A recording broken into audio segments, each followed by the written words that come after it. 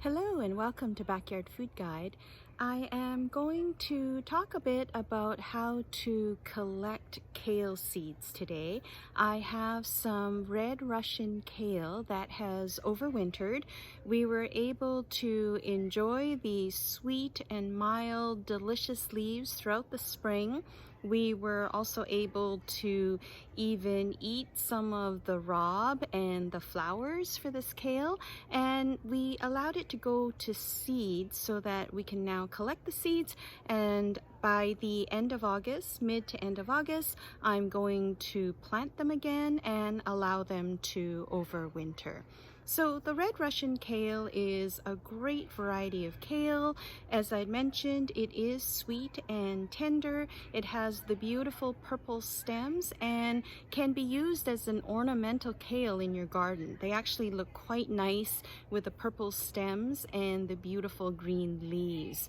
It does like it best in a colder season, so that's why I didn't try to plant any in April. What I then did was you can either do it earlier, February, March, or to wait until mid to end of August so that you have a winter and even overwintered crop as well, so that they come back for you in the spring.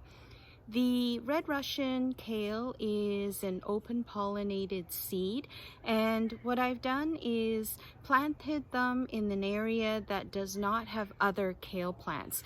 So that way I can be sure that the seeds are true to the plant itself and there's no danger of cross-pollination with any other kind of kale. Kale tends to be a biennial plant, meaning that it does not produce seed in the first summer. It is the second summer when it'll produce seed, so 2-year cycle. And as you can see from this picture, the flowers form very tall stalks that grow quite high. So if you're wanting to save it for seeds, then what you might want to do is to stake the plant. Ours were extremely strong and stayed upright the entire time, but if you see any kind of leaning, what you can do is just add a stake for the plant.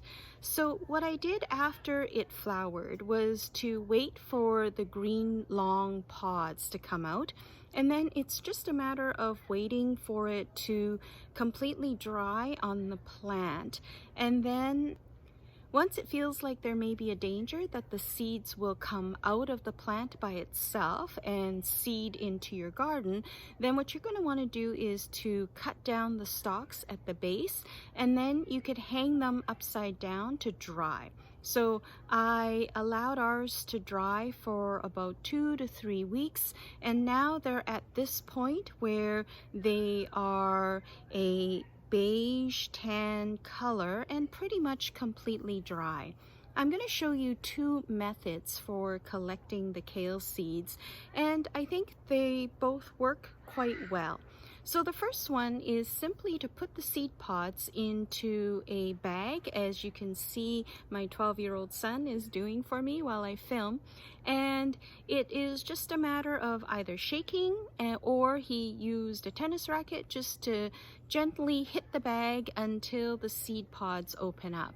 And by doing that, we were able to actually get a number of seeds, but not every single seed pod. These plants tend to produce quite a lot of seeds, so it's not even necessary to collect out of each and every single one of them. Even one plant will provide plenty of seeds, more than we can use. I'm likely going to be giving some of these away because seeds tend not to last more than a couple of years. The second method, if you don't actually want to hit the seed pods, is to simply put the seed pods into a clear plastic bag and to use your hands to rub back and forth, rolling the seed pods. So you don't want to press too hard because you don't want to crush too many seeds, but you can also give it a little bit of pressure so that the seed pods will break open and the seeds will end up in the bag. So this method worked fairly well, and at this point I haven't done a count, but I would say that both were equally as effective in getting the seeds out. After this point, what you can do is to use a colander. I have a white colander here, and I just poured everything in to separate the seed pods from the seeds, and as you can see, the seeds ended up in the bottom of this bowl. It will still need a little bit of hand sorting, although if some of the little bits of pod material ends up in your seed packet, it's okay. It's not going to do any harm.